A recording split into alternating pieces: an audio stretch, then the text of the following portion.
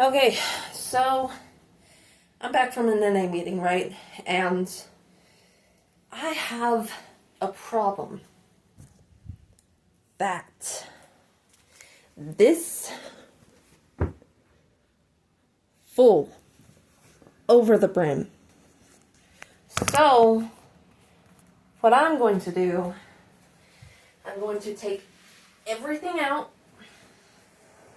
and make sure that whatever I have in here is actually dirty enough to put in. So bras, underwear, obviously underwear is not reusable after it has been worn, but I like to flatten it on the bottom just so that it can have a little bit of that, what am I trying to find for a word?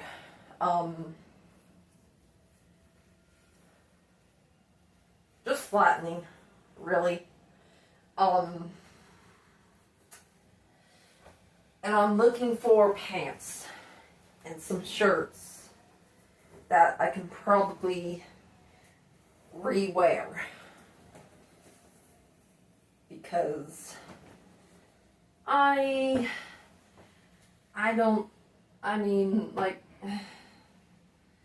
hang on, let me put this like this. Hang on, there we go.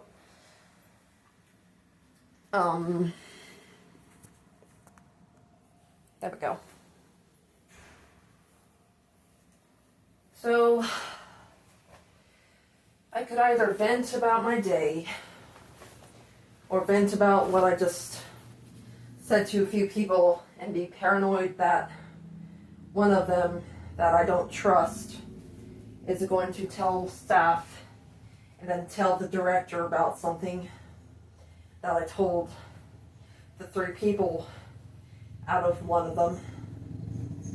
And that's gonna stay on my conscience for a while until, like, he actually, well, this person is male and has been a problem on my side ever since I got here.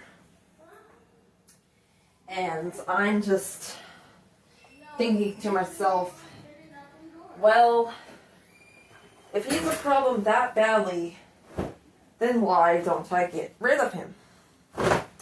Well, here's the thing. Getting rid of a person doesn't mean just like, oh, I'm probably going to have homicidal ideation or actually carry it out in some sort of way. Because I do, like, almost on a daily basis. And it's not good, but whatever keeps me sane, I guess. Whatever gets me to think about how roughly my life is going and to be all like, oh yeah, that's why I'm feeling this way. It could be anything. And really, what really strikes me is the fact that most of it isn't, it feels like it's not anything at all, but other times it is, and that leads me into trouble, either with someone here, or, and the other person outside of this place that I live in. And of course that's just not good, because I have had trouble in the past, and really all I want to do is just, sometimes I want to seek revenge out on this person, but most of the time I just can't, because that's just not a good thing to do. And honestly, if I can find the strength to actually go through with one of these things, I might be placed in a mental institution or jail, because the things that go through my head is staggering enough to actually blow a person off their feet. And I've been off mine for a while, couldn't pick myself up, dust myself off, and be all like, hey, everything's gonna be okay, when in actuality it wasn't, and I found myself in a hole that I couldn't dig myself out of, metaphorically.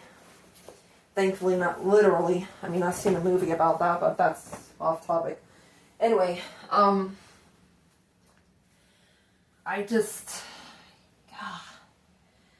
feel like I get into situations where I'm not in control and feel like I have barely, little, any control, if at all, to none. Little to no control. And that's not good. And the reason why it isn't good is because it just isn't. It just isn't. You know, when you're in a situation that you can't control and you need to have control,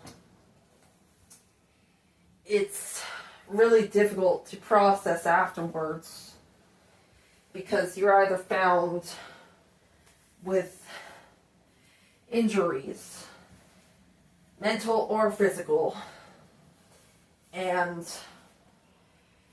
sometimes those injuries don't heal,